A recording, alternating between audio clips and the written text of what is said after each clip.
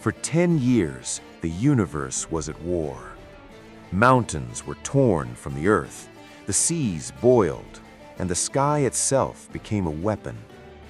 When it was finally over, the victors would call it a necessary war. But before the Titans were remembered as monsters, they were rulers, and before the Olympians were worshipped as gods, they were rebels. This was not a war between good and evil. It was a war between order and succession, and it began with a ruler who believed he was protecting the world. At the height of his power, Cronus ruled over what later myths would call the Golden Age. There was no famine, no war among mortals, and no challenge to divine authority. Time itself moved differently under his reign, slow and unchanging. Cronus had seized power by overthrowing his own father, ending an older and harsher cosmic order. In his own mind, this was not tyranny, it was correction. He had seen what chaos looked like, and he believed stability justified everything that followed. Then came the prophecy. Cronus was warned that one of his children would overthrow him, just as he had overthrown his father. From his perspective, this was not superstition, it was precedent. The threat was not hypothetical, it was inevitable, unless prevented. And so, when his children were born, Cronus swallowed them whole. Not out of hatred, but out of fear. Fear that the universe would fall back into endless cycles of rebellion and collapse.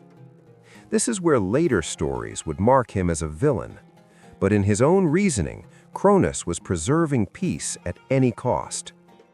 All but one child was lost to this fate.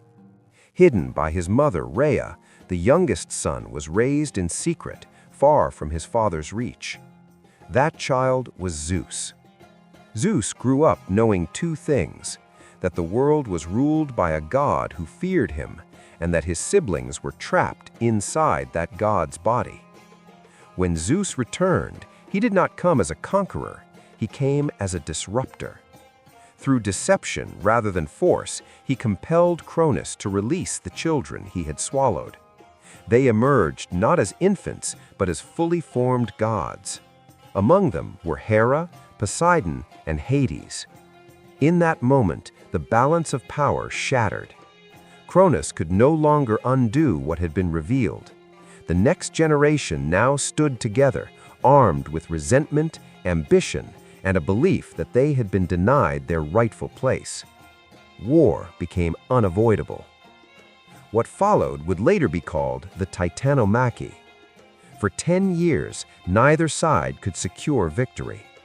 The Titans possessed age, experience, and the authority of the old order.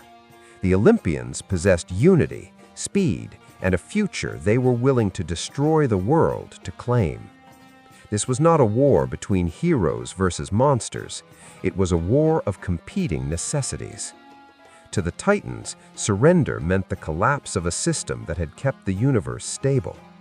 To the Olympians, defeat meant eternal imprisonment under a ruler who would never stop fearing them. For most of the war, Zeus was losing, and this is the point where many assumed the outcome was already decided. That assumption would be wrong. Unable to overpower the Titans through strength alone, Zeus made a decision that changed the nature of the war entirely. He descended into Tartarus, a realm feared even by the Titans themselves. There, he freed beings once imprisoned for their destructive power. The Cyclopes, master smiths whose weapons could wound the divine, and the Hecatonchires, living engines of devastation. This was not a heroic act, it was escalation. The Cyclopes forged thunderbolts for Zeus, weapons that carried the raw force of the sky itself. For the first time, the Olympians possessed power that could not be matched. The balance of the war collapsed almost immediately. Thunder tore through Titan strongholds, mountains buried armies. What had been a stalemate became a rout. Cronus was defeated not because he lacked strength, but because the rules of the war had changed. The Titans were overthrown, not all destroyed, but cast into eternal imprisonment beneath the earth. The old order was gone, and the prophecy Cronus had feared came true. A son had overthrown his father. But victory did not bring peace. The Olympians now stood alone at the top of a broken universe, ruling from Mount Olympus. They divided the cosmos among themselves, claiming sky, sea, and underworld as domains. Yet the method by which they had won left a permanent mark. They had overthrown a ruler who feared rebellion, using rebellion. They had destroyed an order in the name of freedom, only to replace it with their own hierarchy. In time, Zeus would rule with the same paranoia that had driven his father. He would suppress threats, fear prophecies, and punish challenges to his authority. The war had ended, but the cycle it created had only begun. The Titanomachy solved one problem and created many others. Because defeating an enemy is one thing, ruling the aftermath is another.